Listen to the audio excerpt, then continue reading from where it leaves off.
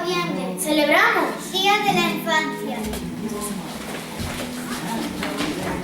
Derecho a la igualdad, sin condición de raza, credo o nacionalidad. derecho a una protección especial para su desarrollo físico, mental y social. Derecho a un nombre y a una nacionalidad. Derecho a una alimentación, viviendas y atención adecuada para el niño y la madre.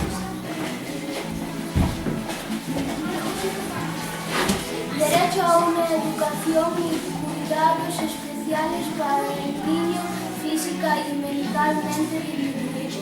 Derecho a comprensión y amor por parte de los padres y la sociedad. Derecho a ser el primero en recibir ayuda en caso de desastre. Derecho a recibir educación gratuita y disfrutar de los juegos.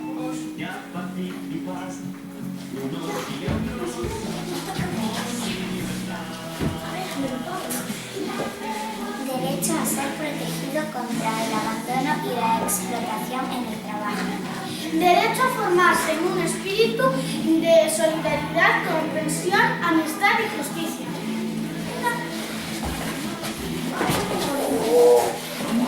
Ay,